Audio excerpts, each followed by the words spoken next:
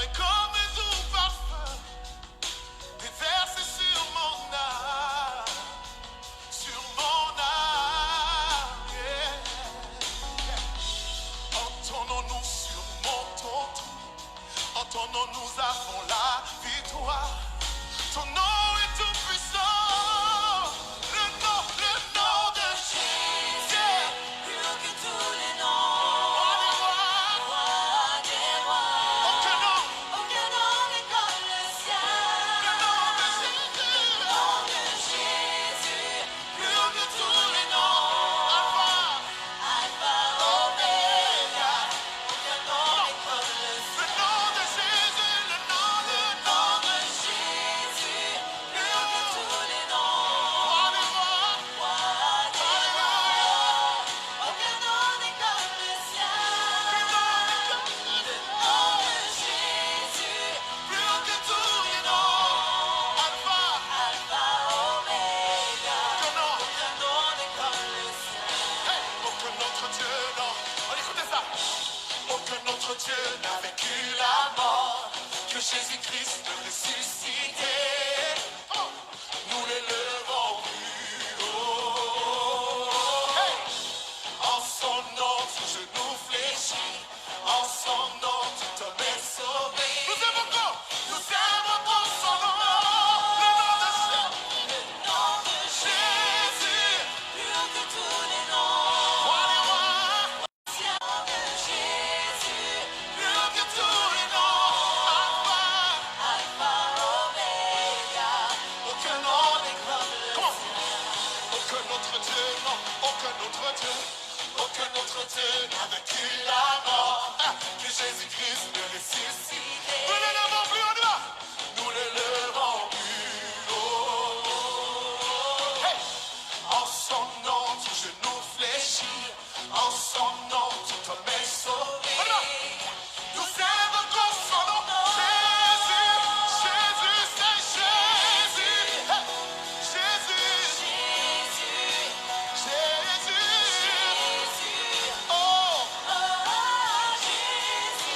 alléluia, Jésus. Comment? Comment on évoque son nom maintenant? Jésus, oh, on y va. Jésus, hey, Jésus. Dans ton foyer maintenant, déclare. Comment déclare son nom? Jésus, oh, Jésus, oh, il donne la force. Jésus, on y va. Jésus, hey, que j'aime son nom. J'aime mentionner son nom. Le nom le plus élevé, Jésus. Alléluia. Le nom de Jésus, on y va. Le nom de Jésus, plus haut que tous les noms. Roi des rois. Aucun nom n'est comme le sien. Il n'y a pas de nom comme le sien. Le nom de Jésus. Le nom de Jésus, plus haut que tous les noms. Alpha, Oméga. On a ça. Aucun nom n'est comme le sien. Le nom de Jésus, on y va. Le nom de Jésus, plus haut que tous les noms. Roi des rois. Aucun nom n'est comme le sien. Oh yeah. Le nom de Jésus, plus haut que tous les noms. Alpha, Oméga. Aucun nom n'est comme le sien. Alléluia. Alléluia.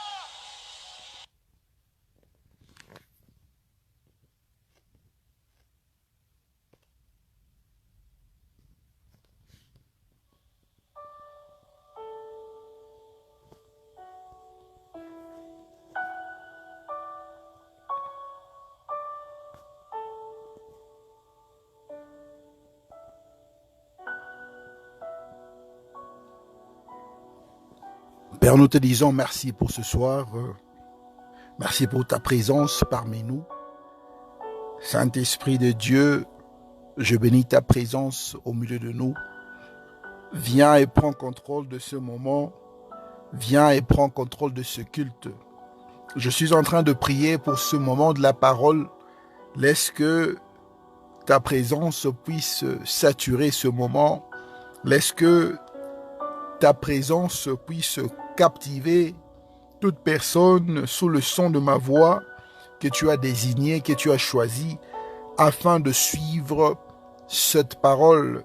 Et je suis en train de prier contre les œuvres du diable, contre les œuvres sataniques, contre les esprits de distraction, contre toute force, toute influence satanique, démoniaque, qui peuvent vouloir résister à ta volonté et s'opposer à ce programme, que cela soit nul et sans effet au nom puissant de Jésus-Christ. Père, je suis en train de prier afin que le nom de Jésus soit glorifié au milieu de ton peuple. Ce soir, je proclame que Jésus est Seigneur. Ce soir, je proclame que ton peuple va vivre ta gloire, car tu te révèles dans ta parole. Et ce soir, je proclame que seul le nom de Jésus mérite la gloire, la louange et l'adoration, car tu es le roi des rois, tu es le Seigneur des seigneurs, tu es le Tout-Puissant. Aucun autre Dieu ne peut se comparer devant toi. Aucun autre Dieu ne peut se comparer à toi. Nul n'est comparable à toi, Seigneur. Nous te disons merci parce que tu es là. Et ta présence est notre force. Ta présence est notre garantie. Nous te disons merci parce que tu es là. Merci, Seigneur Dieu, pour ta présence. Merci, Seigneur Dieu, parce que tu as fait des grandes choses parmi nous. Au nom de Jésus, nous avons ainsi prié. Amen. Voilà, peuple de Dieu, je vous salue par le nom précieux et puissant de notre Seigneur Jésus-Christ. Je suis très content d'être là parmi vous. Et c'est votre humble serviteur, le pasteur Joël Million. Et je salue tout le monde sous le son de ma voix, partout où vous êtes, où que vous soyez en Afrique, étudiants du campus en ligne. Si vous êtes là, vous êtes étudiants de nos campus en ligne, je vous salue aussi pour le grand travail que vous êtes en train de faire pour le Seigneur, pour l'Éternel, notre Dieu. Que Dieu se souvienne du grand travail que vous êtes en train de faire. Et là, je salue en particulier ceux qui...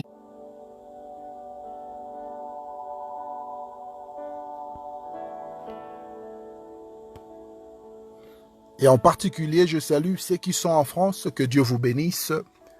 Shalom chez vous. Que la paix du Seigneur soit avec vous. Et voilà, peuple de Dieu, aujourd'hui, j'aimerais partager un sujet très important, un sujet très capital qui va transformer plusieurs vies. Je sais que Dieu continue de nous parler et aujourd'hui, l'Éternel voudra qu'on puisse parler d'un sujet très important. Dieu veut qu'on puisse parler de ce terme très important, intitulé « Développer la culture du royaume ». Voilà, sans plus tarder, j'aimerais qu'on puisse lire quelque chose dans la parole de Dieu, dans le livre de Exode chapitre 20, versets 1 à 18. On va lire cela par le nom de Jésus. Si vous êtes là, je vous demanderai d'écrire le verset pour d'autres bien-aimés, d'autres personnes qui vont suivre ce programme, bien que après vous ou soit au même moment, veuillez écrire sur la plateforme Exode chapitre 20, versets 1 à 18. Et je lis au nom de notre Seigneur Jésus. Et Dieu a prononcé toutes ces choses, toutes ces paroles. Je suis l'Éternel votre Dieu qui vous fait sortir d'Égypte, du pays de l'esclavage. Tu n'auras pas d'autre Dieu devant moi. Vous ne ferez pas une image sous la forme de quoi que ce soit dans le ciel en haut, ou sur la terre en dessus, ou dans les eaux en bas. Vous ne vous transporterez pas pour prosterner devant eux, et vous ne les adorez pas. Car moi, le Seigneur votre Dieu, je suis un Dieu jaloux, punissant les enfants pour le péché de leurs parents jusqu'à la troisième et à la quatrième génération de ceux qui me haïssent, me montrant de l'amour à 1000 générations de ceux qui m'aiment et gardent mon commandement. Vous n'utiliserez pas abusivement le nom du Seigneur votre Dieu, car le Seigneur ne tiendra personne innocent qui abuse de son nom. Souvenez-vous du jour du sabbat, on le sanctifia. 6 jours tu travailleras et tu feras tout ton travail. Mais le 7e jour est un sabbat pour le Seigneur votre Dieu. Vous ne ferez aucun travail dessus, ni vous, ni vos fils, ni vos filles, ni vos serviteurs, ni vos animaux, ni aucun étranger résidant dans vos villes. Car en 6 jours le Seigneur a fait les cieux et la terre, la mer et tout ce qu'ils contiennent, mais il s'est reposé le 7e jour. C'est pourquoi le Seigneur a béni le jour du sabbat et l'a sanctifié. Honore ton père et ta mère, afin que tu vives longtemps dans le pays que le Seigneur ton Dieu te donne. Tu ne tueras point. Tu ne commettras point d'adultère. Tu ne voleras pas. Tu ne donneras pas de faux témoignages contre ton prochain. Tu ne convoiteras pas la maison de ton prochain. Tu ne convoiteras pas la femme de ton prochain, ni son serviteur, mâle ou femelle, son bœuf ou son âne, ni tout ce qui appartient à ton prochain. Et quand le peuple vit le tonnerre et la foudre, entendit la trompette et vit la montagne en fumée, il trembla de peur. Ils restèrent à distance et dirent: Moïse, parle-nous toi-même et nous t'écouterons. Mais ne laisse pas Dieu nous parler, sinon nous mourrons. Alléluia. Parole du Seigneur. Voilà, c'était là la parole du Seigneur. Que le nom de Jésus soit glorifié. Bien-aimés, je voudrais dire que le secret des pays qui réussissent est basé sur l'engagement qu'ils ont envers la culture du royaume de Dieu, que j'appelle ici les principes divins. Et vous devez comprendre que votre avenir est dans votre engagement et dans votre foi en Jésus-Christ. Et ce soir, je voudrais parler de développer la culture du royaume.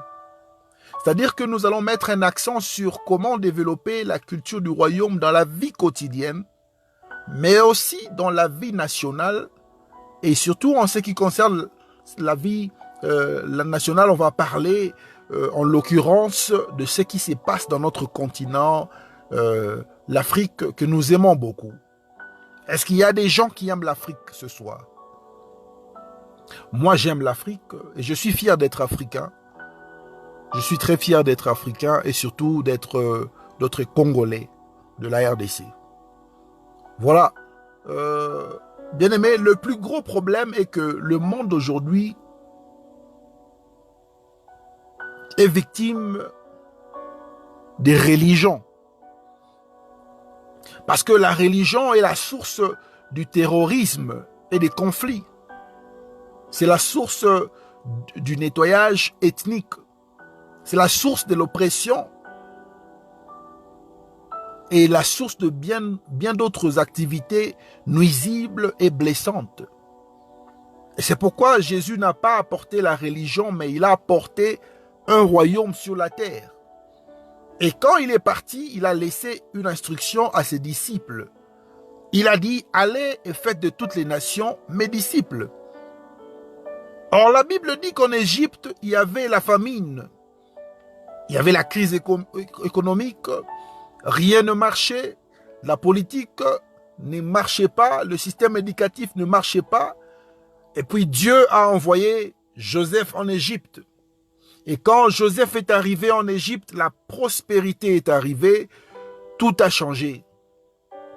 Et bien aimé, notre continent est sur le point de se transformer car au milieu de nos cris, au milieu de nos angoisses, de nos pleurs, Dieu a envoyé Jésus-Christ et nous l'avons reçu comme notre Seigneur et notre Sauveur. Bien aimé, l'Afrique a atteint un point où les gens n'auront pas de stabilité à cause de la politique, mais à cause de la main puissante de Dieu qui va faire des grandes choses dans notre continent. Laisse-moi vous dire, peuple africain, que vous êtes la clé de l'avenir de notre continent. Et le moment est venu pour le peuple africain et il est temps pour que les croyants puissent effectuer des changements dans notre continent. Et ici, je précise que nous ne sommes pas contre les gouvernements africains ou les leaders qui sont placés pour la direction et la bonne gérance de notre pays, de certains pays ou encore des nations d'Afrique, mais nous sommes simplement du côté de l'Éternel notre Dieu qui veut que les choses se passent comme il se doit. Alors, quand Joseph est venu en Égypte, la nation avait prospéré et il en sera de même aussi pour les pays d'Afrique parce que nous avons Jésus.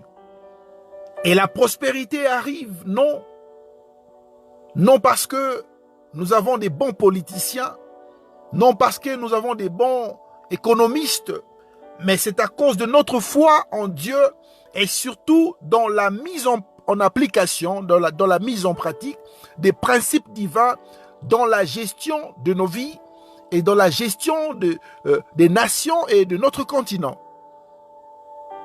Et la Bible dit, béni soit la nation dont le Dieu est Yahweh. C'est-à-dire que le plus grand moment de l'Afrique et l'essor du continent repose maintenant sur n'importe quelle personne sous le son de ma voix. Voilà. Vous devez comprendre que la terre entière appartient à l'Éternel. Donc, aucun peuple de Dieu ne peut être appelé étranger car l'Afrique est un continent qui est uni et qui restera uni. Et Dieu n'a pas de frontières car la terre appartient à l'Éternel. La terre lui appartient. Le monde lui appartient.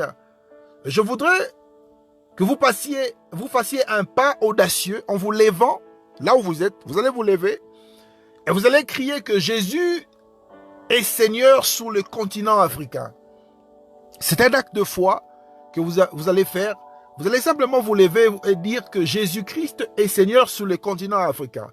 Et pendant que vous êtes en train de faire ça, Dieu va faire des grandes choses dans notre continent. Et vous devez comprendre que nous sommes des gens bénis.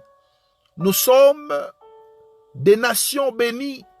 Nous sommes des nations prospères, mises à part pour l'accomplissement des plus grandes promesses que Dieu a fait. Et dans le livre de Matthieu, chapitre 28, verset 18, la Bible dit que Jésus a dit à ses disciples, allez dans le monde entier et faites de chaque nation des disciples. Et ici, il dit simplement, faites des disciples, les nations, car toutes les autorités, ici je parle des autorités, sont sous ma domination. C'est-à-dire que tous les leaders du monde, tous les dirigeants du monde, toutes les nations du monde sont sous la domination du Seigneur Jésus. C'est pourquoi il a eu l'audace de dire à ses disciples, allez et faites de toutes les nations mes disciples. Et ce soir, le Maître te demande de faire de chacun de ces gens qui sont autour de toi des disciples de Jésus. Et Jésus voulait dire simplement qu'il avait l'autorité sur les dirigeants, sur les institutions. Il avait l'autorité sur l'armée. Il avait l'autorité sur les esprits. Il avait l'autorité sur les familles et il avait l'autorité sur les hommes. Et bien aimés dans les Seigneurs, notre stratégie est basée sur l'amour. Nous sommes basés sur la paix. Nous sommes basés sur le pardon. Et c'est ça notre force. Alors, lorsque Jésus parle de disciples, on doit chercher à comprendre qu'est-ce qu'un disciple. Alors, le mot disciple signifie simplement étudiant. Et à vrai dire, Jésus voulait dire à ses disciples de faire des nations des étudiants. Donc, si la nation est votre étudiant, alors vous devez être l'enseignant. Bien-aimé, pour que vous remplissiez le mandat que vous avez reçu du maître, vous devez être en position d'un enseignant. Un enseignant a deux fonctions principales. La première fonction d'un enseignant, c'est influencer, c'est d'influencer. Vous ne pouvez pas enseigner sans influencer. Jésus a dit de faire des nations, des étudiants, et vous ne pouvez pas enseigner à moins que vous puissiez influencer. Et la deuxième fonction d'un enseignant, c'est de transférer des connaissances, c'est de transférer une formation mentale pour influencer une transformation mentale. C'est-à-dire que vous devez comprendre une chose, Jésus s'appelait Rabbi, mais en réalité, Rabbi signifie maître enseignant. C'est-à-dire que un maître qui influence, un formateur et un enseignant. Et il dit, suivez-moi, tout comme mon Père m'a envoyé, je vous envoie aussi. Et bien aimés dans les Seigneurs, la clé de votre mission est de maîtriser et d'influencer le monde qui vous entoure. Lorsque vous avez développé la maîtrise, vous devenez une influence. Et lorsque vous êtes une influence, vous devenez un enseignant. Et un enseignant est une personne qui transmet des informations, des valeurs, des mœurs. Il transmet une culture, il transmet des normes et il transmet un style de vie. Alors, Jésus a dit, allez partout dans le monde. Et ici, nous parlons de toute tendance. Je parle de tout le monde, de tous les continents. Il a dit, allez partout et faites de tout le monde mes disciples. Et le monde de la politique, le monde des affaires, le monde du média ou encore le monde éducatif, le monde économique, le monde de la jeunesse, le monde des enfants, le monde des investissements, le monde des sports, sont là le monde que Jésus a ciblé pour qu'on puisse aller. Et Dieu veut que tu fasses de chaque personne de ce monde des disciples. On va lire alors la parole de Dieu. On va lire dans deux livres différents. On va lire premièrement dans Matthieu chapitre 6 verset 10. Je demanderai au lecteur de la Bible d'écrire dans la plateforme Matthieu chapitre 6 verset 10. Et on va lire aussi 1 Corinthiens chapitre 3 verset 19. Je commence par Matthieu chapitre 6 verset 10. Matthieu 6 verset 10, la Bible dit ceci. Que ton royaume vienne et que ta volonté soit faite sur la terre comme au ciel. Voilà, c'était là Matthieu chapitre 6 verset 10.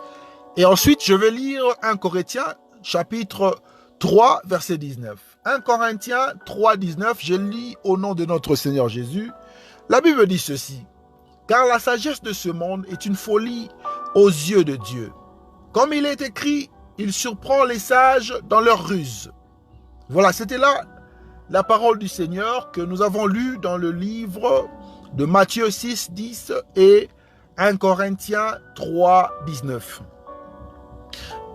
Peuple de Dieu, vous devez comprendre que nous avons reçu le mandat et nous avons été élevés pour ne pas rester dans le monde, mais pour infecter le continent tout entier avec les valeurs positives, avec la morale positive, avec les principes positifs du royaume de Dieu.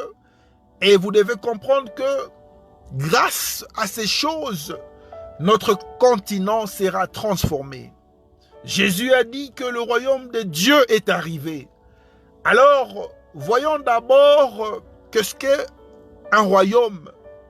Peuple de Dieu, un royaume est l'influence dirigeante d'un roi sur un territoire qu'il affecte avec une volonté, avec ses intentions et ses desseins. C'est ainsi qu'un royaume est un territoire sous l'influence et la volonté de l'esprit d'un roi. Et Jésus a dit que le royaume des cieux est venu sur la terre. Il voulait juste dire que l'influence de la pensée de Dieu, la volonté de Dieu, les principes de Dieu sont venus sur la terre. Et nous ne sommes pas une église aujourd'hui pour créer une religion, mais nous devons restaurer l'influence de Dieu sur la terre. Et il est donc impossible de lutter avec de tels principes.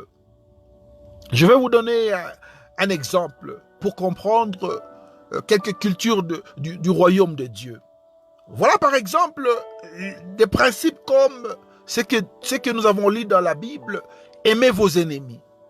La question que je me pose est de savoir pourquoi quelqu'un voudrait lutter contre un tel principe. Je donne un deuxième exemple. Un principe comme tu ne tueras pas. Tu ne tueras pas. Bien-aimé, comment est-ce que tu peux lutter contre de tels principes? Ce sont des principes du royaume. C'est la culture de notre royaume. C'est notre mode de vie. C'est notre style de vie. C'est un principe que Dieu a établi. C'est comme la ligne de conduite que Dieu a tracée pour son peuple. Et il y a beaucoup de principes divins. Il y a beaucoup d'exemples que je peux donner pour vous démontrer quelle est la culture du royaume de Dieu. Et toute nation qui est sage acceptera ces principes pour influencer la bonne gouvernance ou encore la bonne marche de son pays. Je vous donne encore un autre exemple. La Bible dit, tu ne mentiras point. Est-ce que vous avez compris ça? Personne ne peut refuser ou s'opposer à un tel principe. Dieu dit, il faut jamais mentir. Et toute société civile souhaite que ce genre de principe figure dans sa constitution et soit mis en place. Et vous savez, peuple de Dieu, ma prière et mon désir sont de voir que ces principes divins puissent entrer dans la constitution et les règlements de nos nations, au lieu de trouver l'état d'esprit de certaines personnes qui régissent, n'est-ce pas, la constitution, qui influence la réglementation de certaines nations dans notre continent. Je vais vous donner encore un autre exemple que vous allez trouver dans la Bible. La parole de Dieu nous dit, vous ne commettrez pas d'adultère. Regardez un peu ce principe, tu ne commettras pas d'adultère. Comment une nation de notre continent peut-elle lutter contre ce principe? Et vous savez, Dieu, dans sa sagesse, savait que ce principe allait maintenir le mariage. Il savait que ce principe allait maintenir le foyer. Il savait que ce principe allait solidifier les familles. C'est-à-dire que c'est un bon principe, que ce soit dans le milieu social ou civil, ce principe biblique est un bon principe. C'est pourquoi je dis que les principes du royaume sont bons pour notre vie et surtout pour la bonne marche de notre continent. Et la culture du royaume est bonne pour la vie d'un individu. La culture du royaume est bonne pour la bonne marche d'une famille. La culture du royaume est bonne pour la bonne marche d'une maison. Et la culture du royaume est bonne pour la bonne marche d'un pays, la bonne marche d'une nation, la bonne marche d'un continent. Et nous ne sommes pas ici pour imposer notre volonté aux nations ou à qui que ce soit, mais nous voulons juste imposer la culture du royaume de Dieu dans la vie quotidienne des enfants de Dieu, dans la vie courante des enfants de Dieu, dans la vie courante des familles et dans la vie des nations et de notre continent. Et dans notre continent aujourd'hui, nous sommes confrontés à d'énormes défis. Il y a la pauvreté, nos pays manquent d'infrastructures, nos pays manquent d'installations appropriées parce que nous avons rejeté la culture du royaume, nous avons rejeté les principes du royaume et nous avons une liste des dirigeants les plus pires du monde parce que notre constitution est remplie d'idéologies et de stratégies humaines. Il y a des gens qui ont mis en œuvre leurs propres lois pour profiter, pour protéger leurs propres intérêts, pour protéger leurs propres besoins. Et c'est la raison pour laquelle il y a la corruption. La corruption aujourd'hui, c'est la langue la plus parlée en Afrique. Et certains de nos dirigeants décorent la corruption en choisissant de ne pas parler, de se taire, mais plutôt de dire qu'ils ont abusé peut-être des fonds publics. Et beaucoup sont arrêtés aujourd'hui et beaucoup ont perdu leur emploi. Certaines personnes sont en prison parce qu'ils refusent d'influencer le monde qui leur entoure. Ils ont refusé d'enseigner l'éthique morale aux personnes qui sont censées les diriger. Et vous allez comprendre aussi une chose, que nos familles aujourd'hui sont affectées parce que nous avons oublié que nous vivons normalement selon la culture du royaume, selon les principes divins. Nous ne vivons pas par notre propre intelligence, on ne vit pas par notre propre façon de faire les choses, par nos propres ambitions, mais on vit selon la culture du royaume. Et maintenant, je vais encore répéter que nous avons besoin de développer la culture du royaume dans nos vies quotidiennes et dans notre vie nationale. Et nous devons cultiver les principes du royaume dans le fonctionnement des nations. Nous avons l'obligation de développer la culture du royaume dans nos familles, dans nos vies quotidiennes. Nous devons apporter des amendements aux institutions de certains pays, à la constitution de certains pays africains, car je sais que chaque nation a sa propre constitution. Et si je vous donne un exemple, par exemple, la constitution de la RDC peut être différente ou encore similaire à la constitution de l'Afrique du Sud. La loi au Nigeria peut être différente à la loi au Ghana. La façon dont les choses se font en Côte d'Ivoire peuvent être différentes de la façon dont les choses sont faites au Cameroun.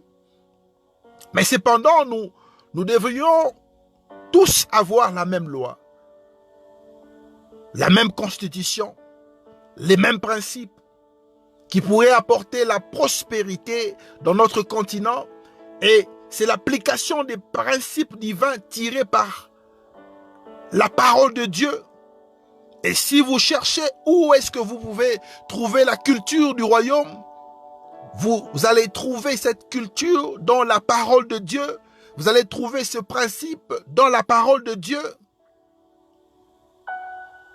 Et bien aimés dans le Seigneur, laissez aujourd'hui que la parole de Dieu puisse avoir sa place dans notre système judiciaire. Que la parole de Dieu puisse avoir la place dans nos parlements. Que la parole de Dieu puisse avoir une place dans notre politique. Que la parole de Dieu puisse avoir sa place dans notre économie. Que la parole de Dieu puisse avoir sa place dans notre monde social et civil. Et que la parole de Dieu puisse avoir une place dans nos familles, dans nos foyers et dans notre vie quotidienne. Que la parole de Dieu puisse avoir la place.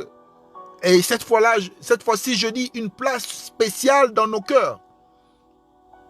Vous savez, nous pouvons faire mieux pour notre continent. Nous pouvons influencer la façon dont les choses sont faites dans nos pays. Nous pouvons changer certaines politiques, certaines règles et certaines lois. Nous pouvons transformer notre beau continent. Et maintenant, nous pouvons aussi faire de sorte que notre vie soit dominée par la culture du royaume. Et j'aime la parole de Dieu parce que la Bible est claire dans le livre d'Exode chapitre 20 versets 1 à 18. Je suis l'Éternel, votre Dieu, qui vous a fait sortir d'Égypte, du pays de l'esclavage. Tu n'auras pas d'autre Dieu devant moi. Tu ne feras pas une image sous la forme de quoi que ce soit dans le ciel en haut, ou sur la terre en dessous, ou dans les eaux en bas. Tu n'utiliseras pas abusivement le nom de l'Éternel. Souviens-toi du jour du sabbat. Honore ton père et ta mère. Tu ne tueras point. Tu ne commettras point d'adultère. Tu ne voleras pas. Tu ne donneras pas de faux témoignages contre ton prochain. Tu ne convoiteras pas la maison de ton prochain. Voilà un peu ce que Dieu nous donne comme culture. Ce que Dieu nous donne comme principe. Voilà un peu le règlement, la loi de bonne conduite que Dieu nous donne. Ce qu'on appelle ici la culture du royaume. Et bien aimé, que ces paroles soient gravées dans votre cœur. Que cette parole que Dieu nous a donnée ce soir soit gravée dans votre vie afin de produire des fruits qui seront palpables aux yeux des gens qui sont autour de vous. Ce soir, je voudrais que tu puisses réaliser que la vie d'un enfant de Dieu sur la terre doit être caractérisée par la mise en pratique de la culture du royaume. Et lorsqu'on parle de la culture du royaume, on voit ici les principes divins. On voit ici la mise en pratique de la parole de Dieu. On voit ce que dit la parole de Dieu. Bien-aimés dans les Seigneurs, ce soir, on va prier. On va premièrement prier pour nos vies. Tu vas prier pour ta vie. Tu vas prier pour ta famille. Tu vas prier pour ta maison. Tu vas prier pour tes enfants. Tu vas prier pour ton mari. Tu vas prier pour tes activités. Tu vas prier aussi pour nos dirigeants. Tu vas prier pour nos nations. Et tu vas prier pour notre continent. Et ce soir, je voudrais lancer un message très particulier à toute personne qui a la connaissance d'un chef. Je parle ici d'un chef de l'État ou d'un membre du gouvernement d'un pays quelconque. Si vous connaissez un chef d'État ou un membre d'un gouvernement quelque part, si vous connaissez un chef d'entreprise, si vous connaissez un chef de famille, assurez-vous de leur envoyer ce message qui est très important de la part de Dieu en partageant le lien de ce culte. Je vous prie de passer ce message à tous ces dirigeants afin de comprendre que la réussite, le succès, la prospérité ne dépend pas de notre propre intelligence. Ça ne dépend pas de la façon dont nous sommes en train de réfléchir. Je voudrais m'adresser au peuple congolais en particulier. Et j'ai suivi dernièrement que le président de la République est en train de faire des consultations. Mais il y a quelque chose de très important qui peut peut-être échapper à tout le monde qui va se présenter devant le président de la République. Et si vous avez l'opportunité de parler au chef de l'État, je vous prie de lui dire que nous devons développer la culture du royaume au sein de notre constitution. Vous savez, dans les pays qui sont stables, dans des pays qui sont prospères, la parole de Dieu prime d'abord dans la constitution de ces pays. Et dans la constitution de notre pays, la RDC, la parole de Dieu doit prendre la première place. C'est-à-dire que si nous les Congolais, nous allons mettre la parole de Dieu en première place au sein de notre constitution, les choses vont changer dans notre pays. Et j'ai constaté que plusieurs pays du monde ont adopté ce système et ces pays sont prospères. Ces pays sont en train de se développer.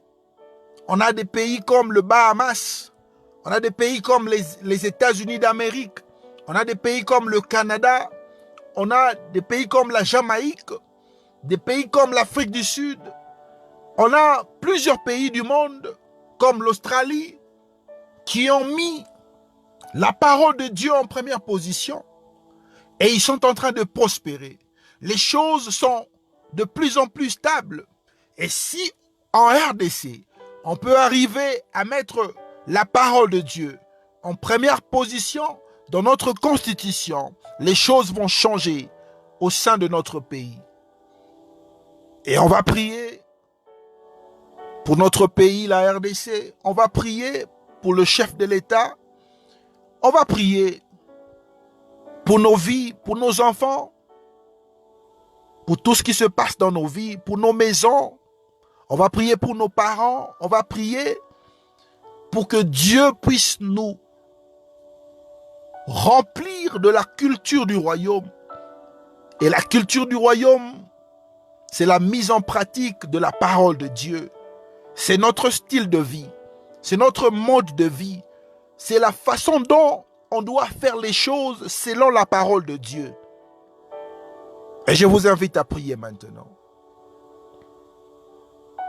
Père, au nom de Jésus, nous te disons merci pour ce moment favorable que tu nous as accordé afin de suivre et d'écouter ta parole.